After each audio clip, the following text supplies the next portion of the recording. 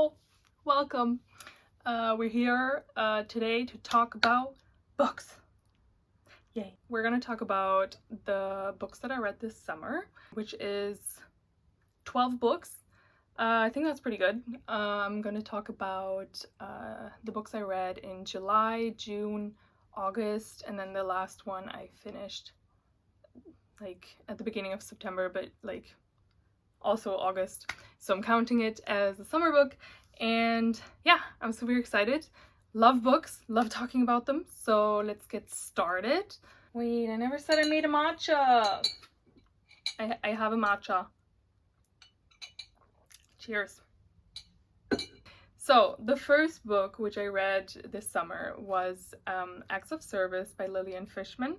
And this is a book that I've really not heard anything about. I picked this up when I was in a bookstore in Berlin and I saw the cover and it looked kind of cool.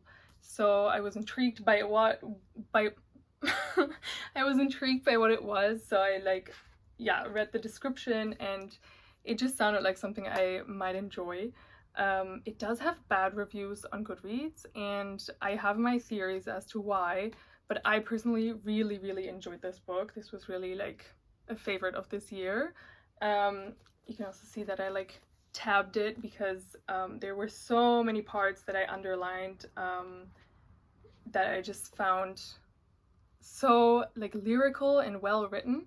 So let me explain what it's about. So in this book, this woman, she is she identifies as queer, she has a girlfriend, and yeah, she's in a happy relationship, but somehow she has this kind of urge that maybe she hasn't explored enough yet, or hasn't lived enough, so she always is taking these nude photos of herself, but she never really shows them anyone. So then one day she decides to just upload like nudes of herself onto this like chat platform, like anonymously. And then another girl comments on her photo and is like, telling her like, hey, like I really enjoyed your photos, like maybe we want to get to know each other. And then she proceeds to go on a date with this girl. Wait, what is their name? Okay, Eve is the main character. Olivia, that's the girl she then goes to meet. And then it turns out that Olivia actually also has a boyfriend. And she's interested in dating Olivia together with, I think Nathan is his name. Nathan, yeah. It's been a while since I read this, so I have to refresh my memory. But yeah, and then the whole book kind of proceeds to explore this relationship between the three of them. And it is really, I don't know, it has really interesting reflections on bisexuality, being queer. Sexuality is a very big theme in here, so if you're not into that kind of stuff, I don't suggest picking this up because it does like graphically describe certain intimate scenes, but I personally love these kind of explorations of these topics, so this was right up my alley. And specifically I really enjoyed Lillian Fishman's writing, so yeah, if she's to put out another book I would definitely pick that up again. I ended up giving it 4 stars, I think, just because, yeah, I mean, it is in the synopsis that she has a girlfriend, Eve has a girlfriend at the get-go of this book, and she never tells her that she is seeing this other couple, so she's cheating on her. And that really bothered me, that like kind of exploration into polyamory paints this picture of cheating and unfaithfulness and like lying, that is like a huge thing for polyamorous relationships, that is like an absolute no-go. So I think this could have been like such an interesting exploration of like consensual polyamory, but it wasn't, which is fine, but like I think that's what would have made this book perfect for me. But regardless, I really enjoyed it. I think it was a very brave book to write because through these characters the author is exploring these kind of conflicts about sexuality, because the main character, as I said, she identifies as queer and she wants to be with women, and then through this relationship with Nathan and Eve, she kind of finds herself very drawn to Nathan as well, and she's almost bothered by the fact that she is getting so much pleasure out of dating a man. And she even says at one point that she truly hopes that she ends up with a woman so she's able to look herself in the mirror. So I thought that was like, yeah, just such an interesting take on this whole topic. I really enjoyed it, but I can also understand that maybe someone might read this and be offended that the author is exploring queerness like that. I don't know. I really enjoyed it, and I do recommend picking it up if it like sounds interesting at all to you. Yeah, so let's move on to the next one.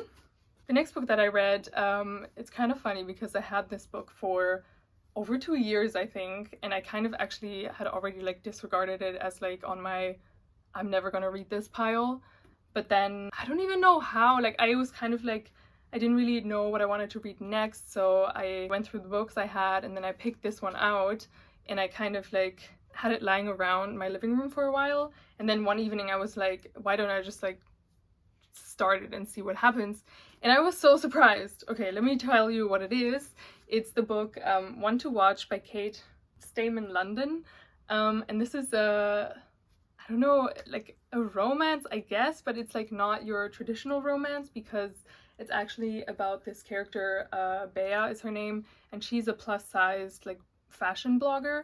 And one evening she is watching this like The Bachelor basically, but it's called Main Squeeze in this book, which is such a funny name.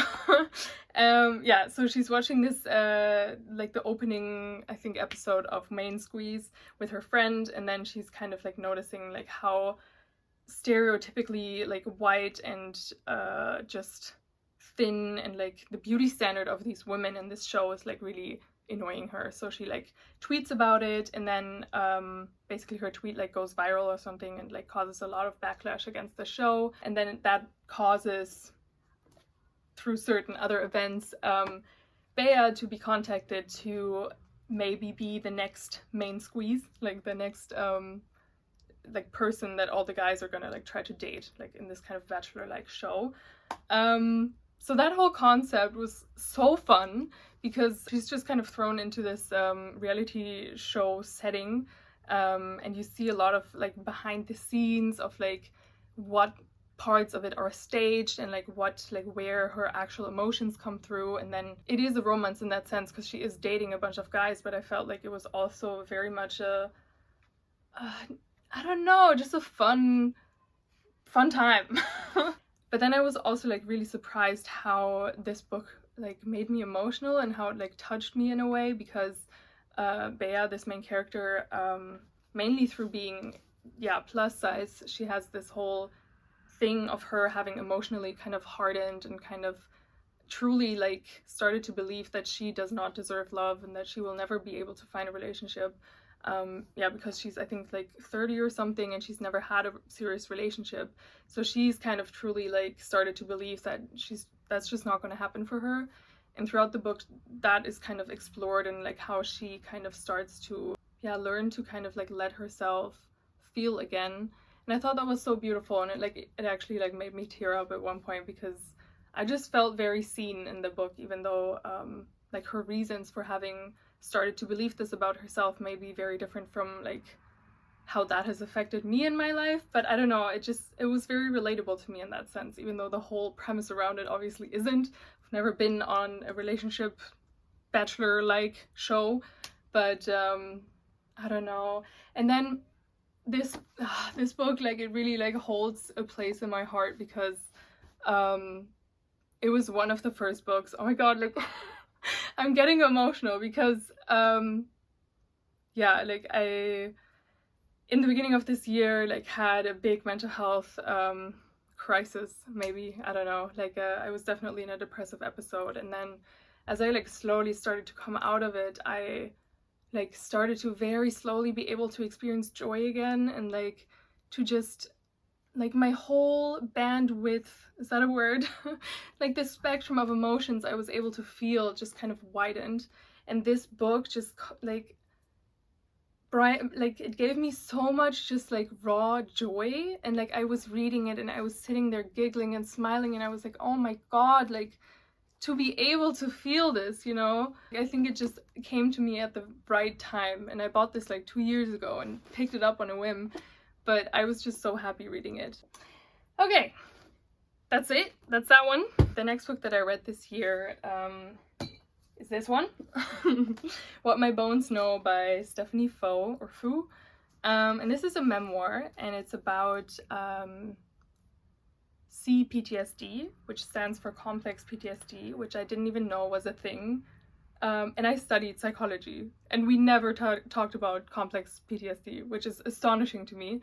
Yeah, so this is a memoir by Stephanie, who is kind of basically writing about her life and the abuse she has gone through to eventually be diagnosed with complex PTSD. And how to describe this book? Like, it was a very tough book to read, especially in the beginning, because the first part of the book really outlines Stephanie's childhood and all the abuse she has suffered through at the hands of her parents.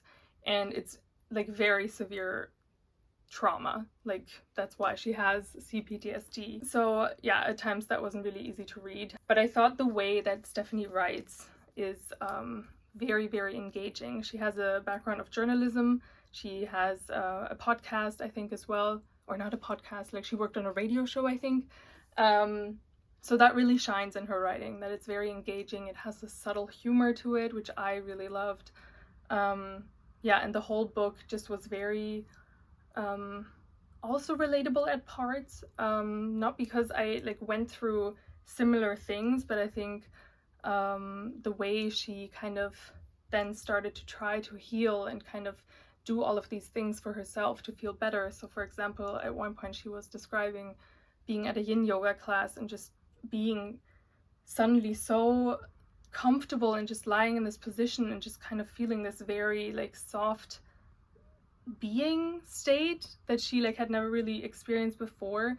And kind of those kind of moments to me were very relatable, of having moments of peace and kind of on your journey, finding things that help you. And I thought it was so nice to read someone else's mental health journey. And it's also very educational because, like I said, I studied psychology, but I've never heard of complex PTSD. And that's also what she kind of says in this book, that there's not enough awareness about this topic and there's not enough therapists knowing how to work with it. And that's, of course, not very good for the people that suffer from it. So I really enjoyed it. I gave it 5 stars. Oh, the other book I didn't even say. I gave this one 5 stars as well, if you couldn't tell from my happy, giddy gushing about it. I don't think there's much else I wanted to say about this. Highly recommend. Do look up the trigger warnings. Like I said, it deals with child abuse. So if that's something that's hard for you to read about, maybe, don't. Or, the author actually also has a really, really sweet note at the beginning. I don't know if you can see it. So she literally addresses people, she says, for my fellow complex PTSD darlings. How sweet is that? So yeah, she literally says, I know that trauma books can be triggering and painful to read. And then it says some more, but she says that the first part might be tough for some people to read.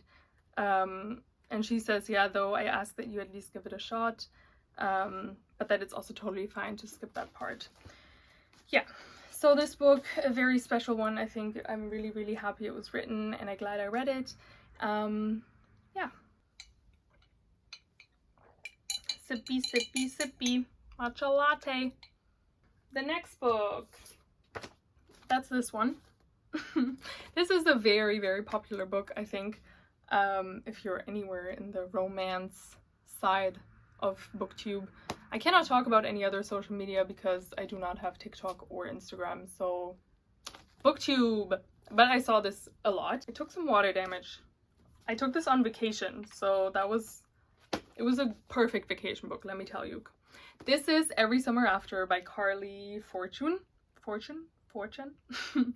And it's a romance. I rarely ever read romance anymore, but somehow I was kind of in the mood for it. I was in the mood to read something that had intense summer vibes, and this gave me that.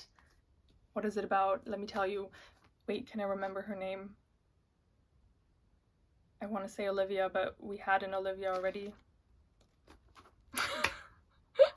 Funny story. Okay, so her name is Persephone, right? But when I first started reading this, I called her name in my head Persephone. And I was like, what kind of name is Persephone? And then also I was like thinking about like, oh, like what would be like a nickname for Persephone? And then I was like, Phony? And then I was like, no, like no one wants to be named Phony. It's Persephone, and her nickname is Percy, so that's that. And the love interest name is Sam, I think. Yeah. So, Every Summer After. Basically, it's about Persephone Fraser, and she is in her 30s, 30 or something, and she's like a successful newspaper editor, I think, and she lives in Toronto. It's like a whole workaholic city person. But in her childhood, she always used to go to this like lake house. Then one day she gets a call from a person from her past, basically, and yeah, due to a funeral, she's gonna go back to this lake house that she always spent time at in the summer, and there she's gonna meet or see again also this guy from her past, from her childhood, named Sam. Basically, it's about their kind of rekindling, and you're kind of like trying to find out like why did they not speak for like 10 years, and yeah, you have like really intense summer vibes of yeah, because you also get chapters from her childhood of like when she met Sam and his brother Charlie, and like how they always hung out, and then like the chapters from the past go like every summer up until the summer that they stopped speaking, and then you also get this perspective from the now. And I enjoyed this. It was like a quick and easy read, like you really got through it quite fast. I did guess the reveal at the end, and like pretty early on I was like saying like, oh, I think I know what's gonna happen, I think I know why they're not gonna speak, and if that is really why, I'm gonna be pissed. And that was why. It was literally why. And when I got to that part, I was like, fucking called it, and I'm mad, I'm not happy about it. And it was so funny because I read this on vacation with 3 of my friends, and I was like keeping them updated because yeah, like very early on I was like, I know what's gonna happen. And then I would like every step of the way I was like, I see it unfolding, and then like in the end it happened, and I was like, it happened, guys, as I said, it happened. So yeah, but it was still a fun time. I think I gave it like 3 stars or 3.5. It's a good summer read. It's not something I like still think about at all, but like, I don't know, it reminds me of my vacation, so that's good. Okay, so this next book I listened to on audio. That book is Cultish by Amanda Montell, I think is her name. Amanda Montell. Yeah, so Cultish, and that is also a non-fiction book. It's about the language of fanaticism, I think she calls it. And basically it's about yeah, these kind of cult-like organizations, or like actual cults in I think mainly America, because yeah, the author is American, I'm pretty sure. And she like throughout the book explores different areas of life that kind of have these kind of cult-like traits or cult-like settings. And she starts off with like the actual like cults like Jonestown, or I think Heaven's Gate was another one. So that's how it starts off as, and then she kind of, with those examples, explains kind of how language plays a role in kind of drawing people in and keeping them within these societies, within these kind of groups. And then kind of part by part in the book, she kind of, I would say like it decreases in like intensity of being an actual cult, but then she still applies these kind of techniques and like forms of language throughout which these organizations seem a little bit cultish, as the book is called. So to give an example, she talks about MGMs, so no, MLMs, multi-level marketing schemes, and how they kind of draw in people, and kind of how they yeah, keep people hooked. And then also what I really found very interesting was also like CrossFit or spinning, how these kind of establishments also have traits of being kind of a little bit cultish. I loved it. It was so interesting. I started listening to this when I had Corona, so So that was fun. It really kept me good company while I was like doing some like watercoloring and cleaning and stuff like this. So I really loved this as an audiobook as well, because it was just like a very interesting podcast, I would say. It was really great. I recommend it. I think I gave it 4 stars. Yeah, so that was a fun one. The next book that I read is this one, Gone Girl by Gillian Flynn. Wow, I should have known who that is. It's super popular and also a bit of an older book, but yeah, I picked this one up I think also 2 years ago at a thrift store, or not like a thrift store, like a used English bookstore, because I wanted to read it like on vacation. I always get in the mood for thrillers in the summer for some reason, so I don't know, this seemed fun to me. Okay, so the premise of this book is that we have a married couple. I forgot their names. What are their names? It doesn't even say a blurb because it's so famous. It's just all the praise. Man, what's her name?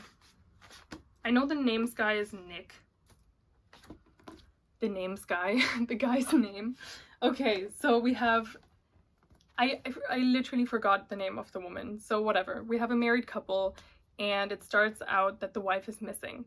And Amy, her name is Amy. Okay, so Amy is missing, and we get the perspective of Nick, who's kind of... doesn't really know where his wife is. And then we also get diary entries of Amy, who is missing at this point, and we're just kind of trying to figure out what happened.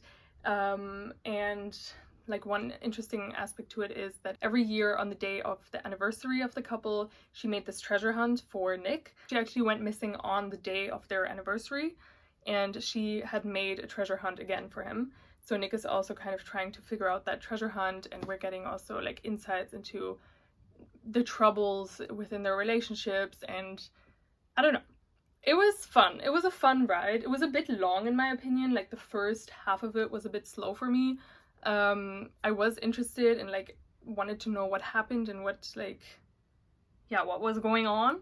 And like it got wilder the longer the story went on.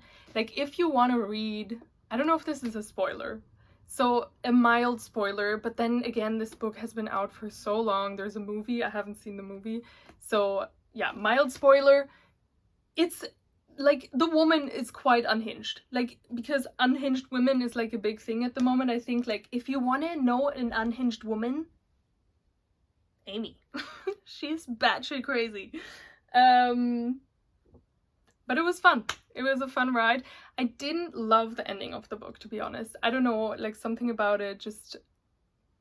I think I would have wanted a different ending. I don't know what different ending, but like, yeah. I don't know. It was a fun thriller. If you have not yet read it or seen the movie, maybe give it a try, but I think at this point maybe there's better ones. I don't know. But it was fun. Oh, I gave it like 3 stars, I think, or 3.5. The next book that I read, I sadly do not have with me. I do like lending out books, but then I also like want to have them close, you know? I want to look at them on my bookshelves because I read them. But yeah, I gave it to my sister. And that is The Vanishing Half by Bennett. And I don't know, this is again a book that like I feel like I'm the last person on the planet to read, but yeah, The Vanishing Half, quite the great book, let me tell you. And it's so funny because on that vacation that I was on, that I talked about earlier, my friend brought her her copy of this book to read, and I didn't know. And then when I like saw that she was starting to read it, I was like, oh my god, exciting, like I have that book too. I bought it 2 years ago, but I haven't read it, so let me know what you think. And then she ended up like super loving it and giving it to my other friend who started reading it on vacation, and I was sitting there like, I need to read this book right now.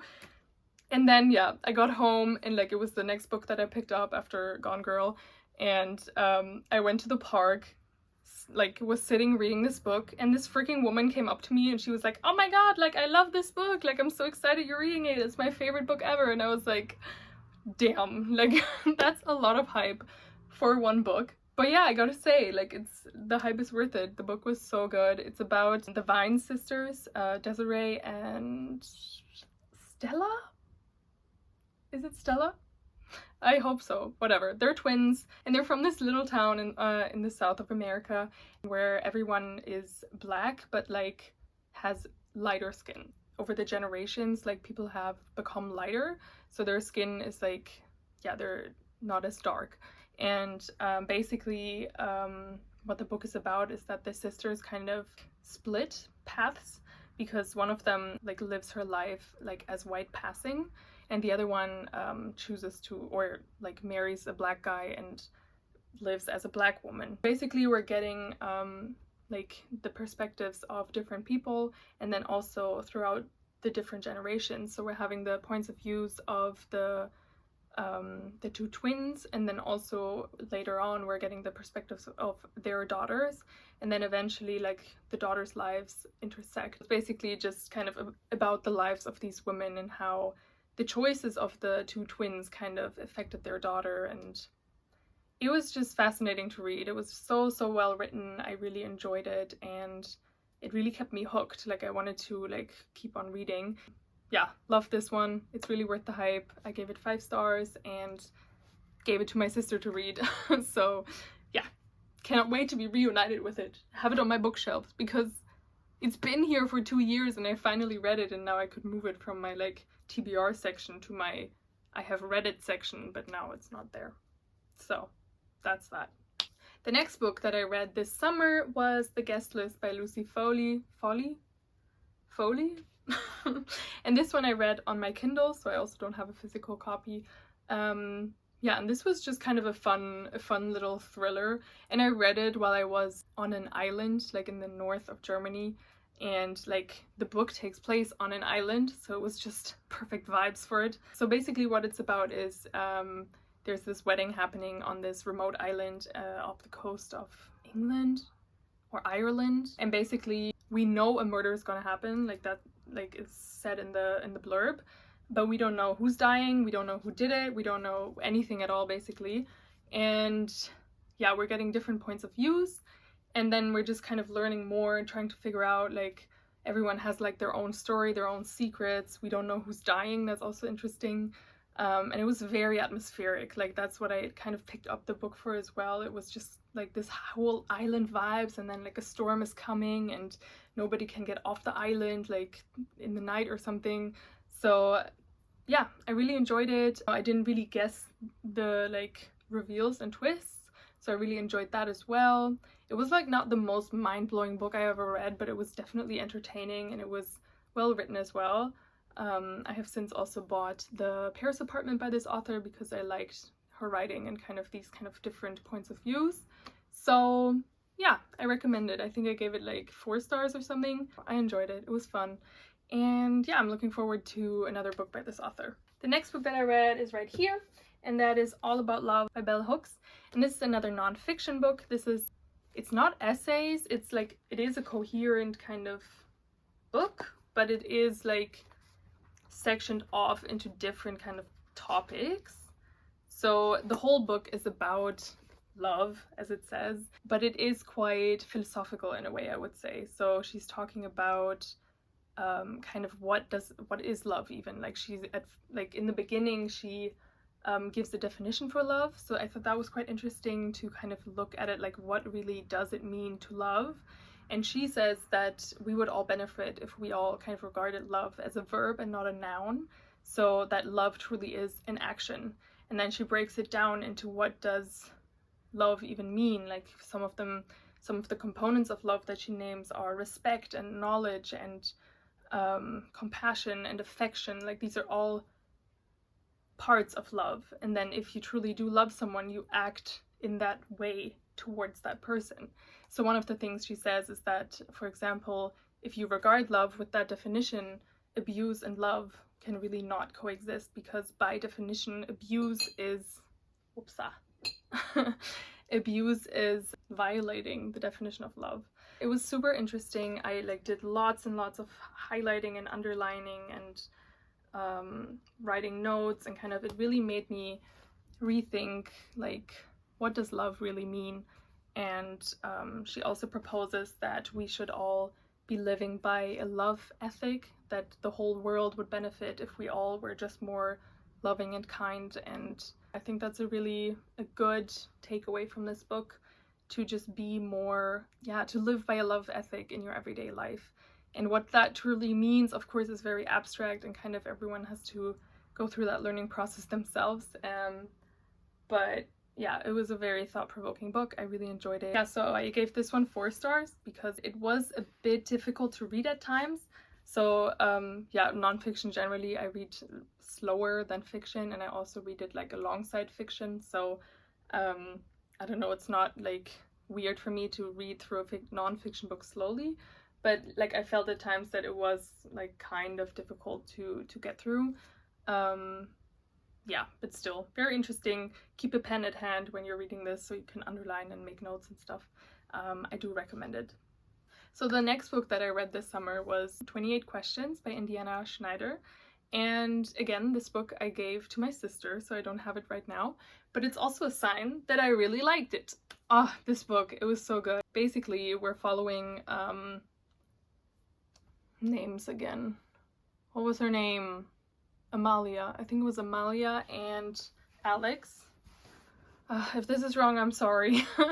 Okay, so we're following this girl who is from Australia, but she studies in England, and she's just starting out at university. She's studying music. It starts off with her meeting this other woman called Alex, who's I think like 2 years above her or something in uni, and they start out as friends, but we are starting to see that Amalia is starting to feel kind of like conflicted emotions about her. Like she cannot really like define what her feelings are, because she's starting to feel like a bit more like, like maybe I have more than just friendly feelings for this girl. And they start like a really intense friendship, and they have really, really nice conversations, like super interesting and philosophical. And I think the whole book really emphasizes the conversations that these characters are having. It's also written in an interesting way. So basically whenever the characters speak, it says the name and then like, what's that called? Like the 2 dots. My mind is blank. It basically like a play. It says their name and then the 2 dots, and then it says what they're saying out loud. And that really emphasizes just like the spoken words. And it also made it really easy for the author to kind of have like long conversations and like get through it like easily without like having to like point out what's happening or who's speaking. That was interesting also because yeah, the author herself is an opera singer, and she is an opera singer, and she studied music as well, I think. And the whole book has references to music pieces. So like she might be listening to some music, or they're going to the opera, or they're at a play, or things like this. And then I would just like look up on Spotify the music and listen to it. And it was such a nice experience because I really felt there in the moment of these characters, because I was able to listen to the music that they were listening to. And I found some really beautiful music through this book as well. And then this whole exploration of Amalia realizing her sexuality as well, I found so interesting. A beautiful book. I really loved it. I think this is really also a favorite of the year. I gave it 5 stars and can't wait again to have it back on my bookshelf so I can look at it and be like, you're a great book. Yeah, and this is also a book I like have heard nothing about, so highly recommend it if you're into that kind of stuff. Also, like I think that was also like on the blurb or somewhere that it says it's like when Sally met Harry for the Sally Rooney generation, and I thought that was like such a good way to put it, because yeah, they start as friends, and for like the first 100 pages they're just friends, you know. So yeah, and then it is very Sally Rooney-esque in the sense of like having these meaningful conversations and being like very much a character study, like nothing really much happens. Great book, recommended. I don't know what that was, but yeah. The next book that I read this summer was another audiobook, and that was Trick Mirror by Tolentino. And this one is a collection of essays about self-delusion. Like she says, like it also, like that's part of the title, I think, like reflections on self-delusion. And that's really what it was. Basically just her in these essays like meditating on one topic and just really honing in on it, and kind of it was very well researched, and like the kind of information that she was giving about these topics that she was talking about was very in-depth. So that was really interesting. I thought that like listening to this on audio was a really good choice, because I thought some of the essays, or all of them actually, were quite long and like very in-depth. So I think if I would have like read it physically, I might have been like not been as able to focus on it and to get through it. So on audio, this really worked for me because I could just like put it on and I was like listening to this a lot, like on the subway and kind of just going places. And it was like a very good way to consume this book. It's kind of hard to describe what this book is about because each essay was about a different topic, but overall I thought it was an interesting exploration of like topics. I don't really know what else to say about this book. I think some essays were better than others. Overall I enjoyed it, but like sometimes I felt like yeah, the essays were a bit too long or too in depth to like hold my attention, because she would like sometimes go off on tangents to like explore another topic to like then make her point later. But because the topics were explored in such a like extensive way, like I kind of got bored sometimes. But still, like I said, I think the audiobook was really interesting and I enjoyed it. I ended up giving it 3.5 stars. Yeah, and I do recommend it if you're interested in reading some essays, especially like feminist essays. I think she also has this kind of feminist approach to a lot of these topics, so that was really nice. And yeah, enjoyed it. Okay, so we've reached the last book that I've read this summer, and that is this one, this cute little one. It's so pretty. I think this is really one of the prettiest covers that I've purchased this year. This is the one. Wow. Yeah, so this is a psalm. How do you say this? A psalm? So this is a psalm. Oh my god, a psalm. I think it's psalm. I don't know. Don't make fun of me. A Psalm for the Wild Build by Becky Chambers. And yeah, I finished this quite recently, and so heartwarming. Like, this is really truly such a cute, cozy little book. It's this story about a futuristic world in which robots have kind of become self-aware, and they have like in this event that was called, I think, the Awakening or something, all these robots collectively decided, this is it, we're not working for the humans anymore, we're like going out into the wild and we don't want any contact with you. And that like happened 200 years ago, and now we're starting off and we're following this monk who is having like kind of an identity crisis and like thinks, okay, like I want to do something new. And they go off to become a tea monk, which is such a cute little thing where they like yeah, just serve tea and kind of listen to people's problems. Yeah, and we're basically following the monk. Dex is their name. They're non-binary, which was so nice to see, like such good representation. And yeah, they're going off to be this tea monk, and then eventually they cross paths with a robot who has come back to humanity to kind of check in and see like how humans are doing, and they want to ask or it, the robot goes by it because they're not an animal, they're an object. So the robot wants to find out, like it has one question that they want to answer. Oh my god, now I'm so confused. It has one question it wants to answer, and that is, what do humans need? Which is of course a very complex question. And these kind of two characters form like such a cute friendship, and it has such beautiful descriptions of also like the natural world and like wilderness, and it just really pays attention to like small details, and it's really like just a warm hug. So this is really a book that like is like, it's just cozy and sweet and kind of very human as well. Yeah, there's also a second one to this, which I'm gonna definitely pick up soon, I think, because it was so nice. I gave it 5 stars, and I also like cried a little bit at the end because I don't know, it was just so sweet. And I was sitting in the train finishing this, and I would like was just like trying not to cry because I was like, I'm in public. But yeah, so nice.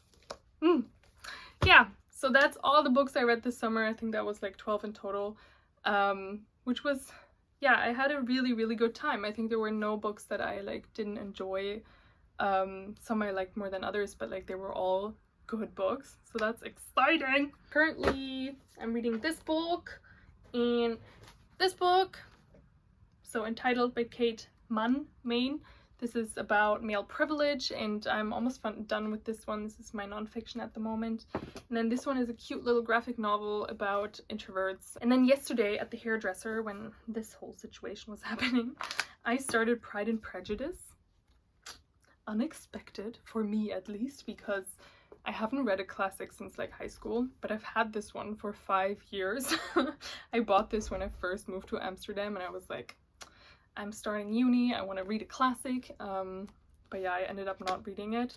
So yesterday I started it, and it was actually like easier to read than I thought, and it was, I don't know, entertaining. So I hope that I carry on with this, but like I'm only 28 pages into it, and at that stage in a book, like you never know if I might just like move on to something else. So yeah, so that's the books that I've read this summer and the ones that I'm continuing to read. Thank you so much for hanging out with me and listening to me ramble on about books. I hope you enjoyed it. I hope you're doing well. Be kind to yourself and to others, and yeah, see you next time. Bye.